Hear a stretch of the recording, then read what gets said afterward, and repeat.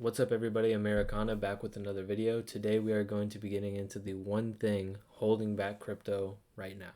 Crypto looks and has looked ready to explode for a while, but what could be the thing holding us back? It sounds random and I don't know if you'll believe me, but the one thing holding us back could be a random healthcare stock. Not random, it's actually the biggest one there is, but in the sense of what we look at day to day in crypto, it's rather random. So the ticker is UNH, UnitedHealth Group. Everybody knows this. It's been recently famous on the news for other reasons, but we won't get into that topic today.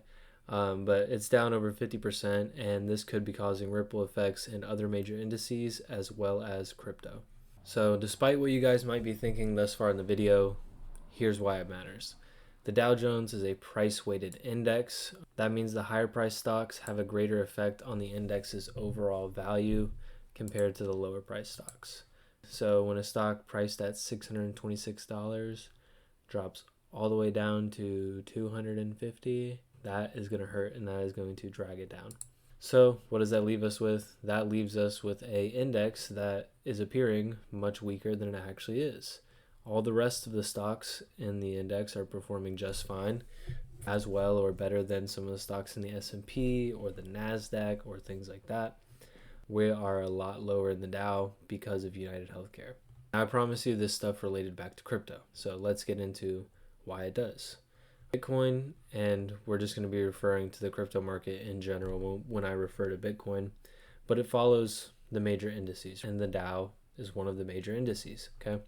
So you can see when the Dow topped, Bitcoin had already topped, continued into a bear market, Dow bottomed, we bounce out, COVID, we move together, Dow tops out, we top out, Dow bottoms, we bottom out, Dow pumps, we pump, Dow turns over, we turn over, right? Okay, you guys can see that very quick level breakdown, but those lines should help you out there. So when one of these indices flashes weak signals, even if it's false, even if it's only because of one single stock, it creates hesitation for fund managers, for banks, for these large institutions which help drive liquidity into all markets, right? Which some of this liquidity could be and would be flowing into crypto if the Dow was a little bit higher. So right now, if you see the S&P 500 on top, the Dow below, these are the same exact levels, resistance levels priced out. As you can see, the Dow is still underneath resistance, while the S&P has flipped it as support. So this is the difference that UnitedHealth Group is making, right?